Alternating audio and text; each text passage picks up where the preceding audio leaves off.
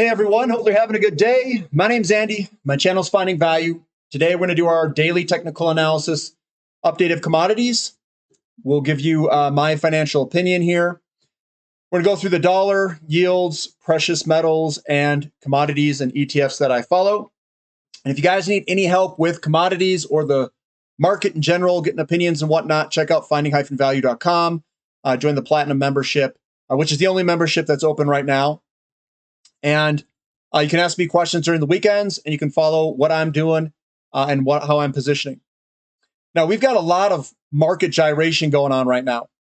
Generally, what I do is kind of just wait. I generally wait for the fear to kind of subside.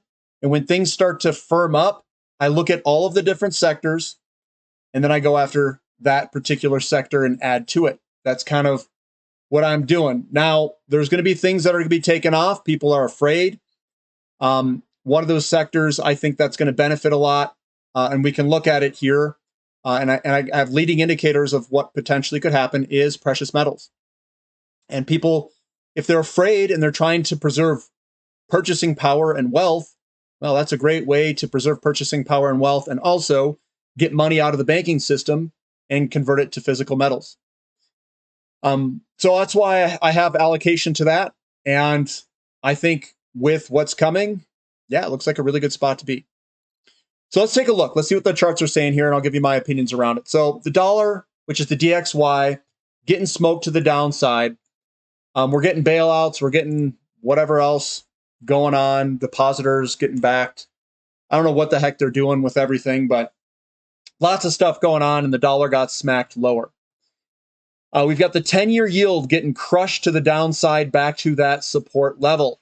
It opened way lower, and it actually got bought back, or I should sold back off because yields went higher here to the upside. So we're on that support resistance, support trend line.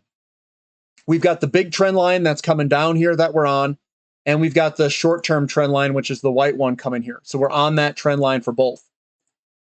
We've got TLT, which barely moved. Looks like they got bought up and then sold back off throughout the day. That's bond prices there. And then the TYX gapped down, but got bought back up throughout the day, meaning that we're on that support level. I'm not necessarily convinced that that yields are just going to drop lower. We're going to have to see it break through these support trend lines first, guys. This very well could move to the upside again. We'll have to see. I don't know what the future holds. We want to see this, but we're right on that trend line of support for both the 30-year and the 10-year. Now, looking at that ratio and kind of how I use this ratio is, and I was talking about this a lot in our meeting. When this is low in 2000, when it was low in 2018, and when it's low today, if this were to come back up, and what that does mean is that if those yields were to drop and the curve were to normalize, when the curve normalizes, that is when precious metals go berserk. That is when they do very well. So from this move up, and if we get a move up here, which I think is highly likely, I think precious metals could do very well. And I said that in our meeting yesterday. And if we look here, we are getting a bullish formation here where we could come on up, which is a possibility. And that means that the curve is normalizing. So if we were to look at our 10-year was down 5%, which means the short end of the curve was falling and the long end remained pretty stable, which means the curve normalized. And that's what we see on this daily candlestick. It's a massive candlestick. And see how this thing shot up? That's generally when gold goes ballistic, is when this moves up and the curve normalizes. The short end of the curve comes back down. Fear is in the market. A lot of people are running towards the short end of the curve in bonds, and that's why yields are falling. The CRB index fell a little bit today, more or less just flat, down 0.12%. It still looks poised to do wherever it's going to go. It's basically just moving sideways. We've got the CRB to S&P 500. The commodity index is moving higher, so that still looks good for an outperformance. Is this the beginning of wave 3? I don't know, but I think it could be. Because we've broken that trend line in the short term and we're starting to move on up. So maybe this is all we can muster. Maybe it comes and does a back test. We'll see what that path does, but I'm in it for the move on up, the big long-term move. I'm not trading these short-term market movements where the retail sector gets all afraid emotionally. I'm going to hold on and ride this thing on up. Looking at gold, gold loves that type of market environment where there's fear in the market and the curve is normalizing. We had a massive move today of about $45 up. Nice, strong move. And that this could continue given the market conditions continue the way that they are. Given where that ratio is at, I do think that this area is a very good area to be looking at some of these areas and sectors. Silver, also moving on up. Nice big move. Over the past few days, the market conditions have changed, very much favorable for precious metals. And that is how fast things can change. This here is in an increasing interest rate environment. This here is when those interest rates got smoked and the fear in the market and people running towards gold, silver, platinum, and bonds. That's the difference in market conditions and how these assets get priced. Platinum also moving up dramatically, up $39, 4%. So platinum and silver both outperforming in terms of physical metals. The XAU to gold ratio, that is also outperforming. But again, when looking at this chart, this is not a bottoming pattern here, which is kind of weird. So, I mean, it's up a little bit, but I don't know if this is just short-term fear in the market where we may still invert the yield curve depending on what comes in front of us. So it's difficult to put a short-term projection on this because this is not, and I repeat, this is not like 2008. 2008 was bad assets and losses that the bank took on from bad assets. This is contained to a smaller number of smaller banks that have losses in bonds with yields going up. Totally different things. In my opinion, it's still bad for the banks, yes, but it's not a deleveraging event where credit gets destroyed from the housing market. Two separate things. GDX moving on up. That does look not too bad. Pretty strong closing, strong finish. We got to see if this thing continues. But that's what it looks like on a long term. Nice, good support underneath us down here. We got support there, came back up, and we were selling back off a little bit. This will be driven by the market conditions and the willingness and appetite for people to buy gold and silver. And it depends if those conditions persist in the future. That's what it highly depends. And if they go and they print money, that is also a reflation trade, and gold and silver will benefit from that money printing. And SILJ also popping higher here. Crude oil selling off a little bit, but it's not a horrible candlestick. I would have been a lot more worried if this finished down at the low here and it painted a gigantic selling pressure candlestick. This is a reversal candlestick. That's one where it sold off and then the momentum came back up. So the momentum's coming back up. We can look at that on a 5-day. That's where this momentum's coming back up. So it's sold on off, ABC correction, came up, and then the small selling pressure. And I think we're going to head higher in potentially kind of like an inverted head and shoulders or whatever it is on the short term. But the momentum's heading on up. It's not a horrible candlestick for today. It still looks just fine. We're just cruising sideways. Natural gas actually looks very strong. So we bounced, we've come on up, we bounced again, we put in a big bullish engulfing. That generally means we want to go higher in natural gas. For how long, we'll see. I'm not saying that this is bottom, it's just going to rocket higher. We may come up and then roll back over again, but short-term wise, it looks like it wants to go on up. Looks very strong. XOP more closely linked with Oil today, it did sell off and it looked like it was indecisive. It gapped lower. We had a small opening and closing price that traded up. So buyers were there and sellers were there. A lot of fear in the market can push this down a little bit. And we're right below that trend line. And we'll see if it pops back up tomorrow or towards the end of the week. OIH also popping lower today. We have a little bit more selling pressure. And this could extend to the downside depending on what the market does in terms of market conditions. If the fear persists, it's going to sell off a little bit more. I am waiting for strength to enter this market, and I will buy into strength. And we can see that in the candlesticks. Strength is a candle that has a big wick at the bottom and a little hammer candlestick, or one that opens down and goes up throughout the day and creates a big bullish engulfing, whatever that candlestick is. Right now, there's fear in the market. There's fear of recession. There's fear of bank problems. People are selling things off. Sprout Physical Uranium Trust also selling off a little bit today. I still see more downside selling pressure in the short term until I see it reverse. We've got URNM slightly sideways today. We are still above that key kind of $29, $30 level, and it's still holding on at this time. But that could change. We could get a further pullback. We've got TAN. TAN also getting a little bit of selling pressure today, gapped lower and bought back up. So that still looks good and is still in the pattern. There it is, squeezing up. This looks good for a potential move on up.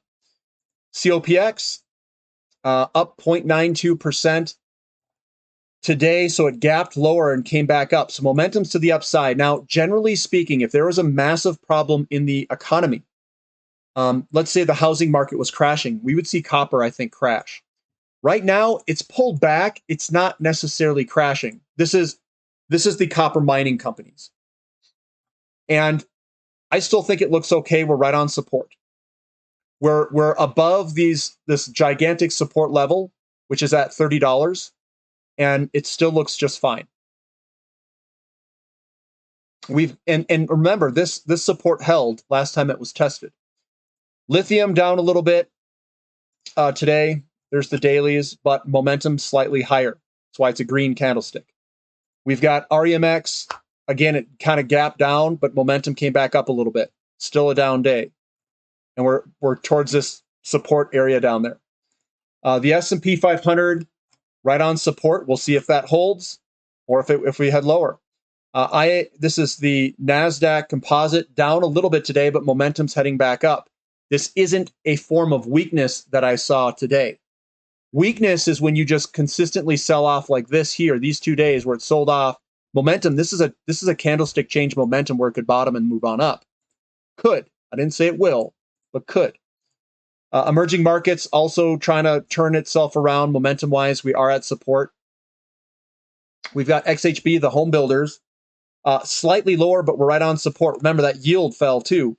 Lower mortgage rates may spark a little bit of housing demand. We've got VanEck Business Agriculture looking like it's trying to turn around right where it's at. And I wouldn't say that's a reversal candlestick, but at least the momentum was trying to turn around today. Copper up 0.86%. This does not look bad for copper. We are sitting on top of a massive support zone in this section here. That's a lot of support. We're sitting on top of it. We've got large buying candlesticks in the short term with small selling candlesticks. That generally works its way higher. Lumber. So what people do is they look at lumber. I think this is actually an accumulation cylinder.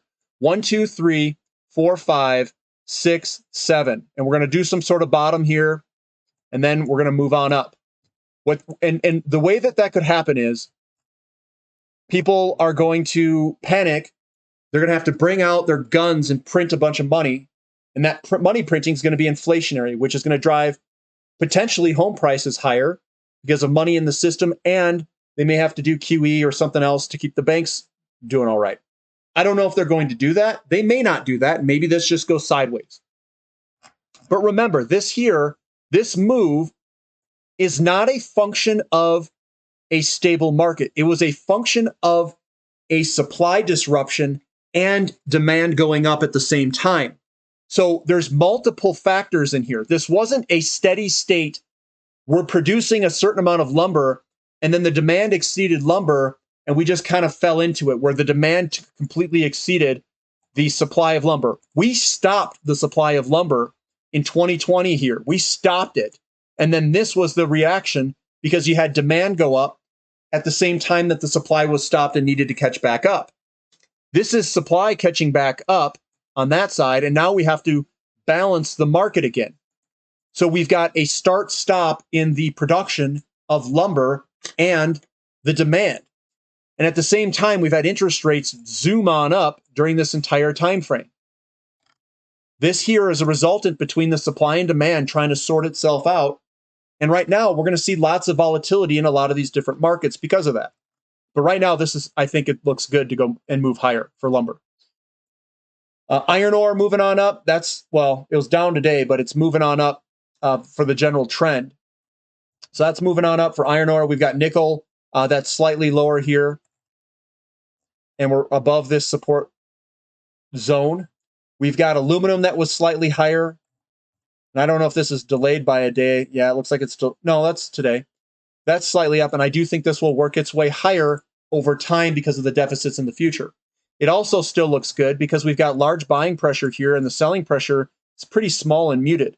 And it usually comes back to the starting point and then heads back on higher again. So that's looking good. Baltic Dry Index continues to move on up. I know it's kind of hard to see here, and I can move that to a line. There it is, moving on up 3.26%. Newcastle Coal up 3%. We still have problems in energy. They are not solved. Demand, there's a lot of people speculating that demand could come down, and we had demand come down for more warm weather in Europe. But I think this is going to consolidate somewhere in this general vicinity, work its way back higher over time when we get more normal weather coming through. Europe filled their inventories with Russian natural gas in the beginning of the winter, when they were filling up inventories in the fall of last year, fall, I should say. Now they don't have that gas at all. So we'll see who fights for this liquefied natural gas. We'll see what those pricing does, and we'll see what's going on. Ethereum moving on higher today, up 4.75% for Ethereum. There's the daily candlesticks. You can see this. The bad news in the banks, I think, is people are positioning for potential liquidity coming back into the market. That's what we're seeing with Ethereum here. If the liquidity comes back in the market, I think our commodities are going to take off. I think the housing market, if they hold interest rates down, the housing market's going to take back off again too, which will be inflationary. They are choosing to save the banks and the system. If they do that, and I don't know if they are, but if they choose to do that, it's going to be money printing, probably lower interest rates at some point, or a pause at least at a minimum. And the housing market could kick off depending on where the interest rates go and that affordability goes. Bitcoin going up even more, 9.75% today. And you can see that coming here. And I think that is a function of money moving out of banks and a function of liquidity that people are speculating on that might come into the markets.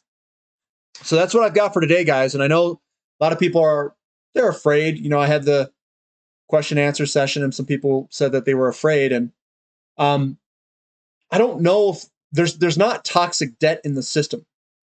These are losses that occurred, from what I understand, from the bond market. They went long on a lot of bonds because the Federal Reserve said that they weren't going to raise interest rates. And guess what they did? They raised interest rates dramatically. And I guess the losses from the bonds eclipsed what they had in capital. So we had now we have like a little bit of a run on the banks type thing going on. But this isn't bad assets like 2008, where literally there was a destruction of credit. These are losses that occurred in some of these guys' portfolios because they were positioned incorrectly, from what I understand of it, which was a great contributor to it, versus like loans going bad and actual destruction of credit and money supply.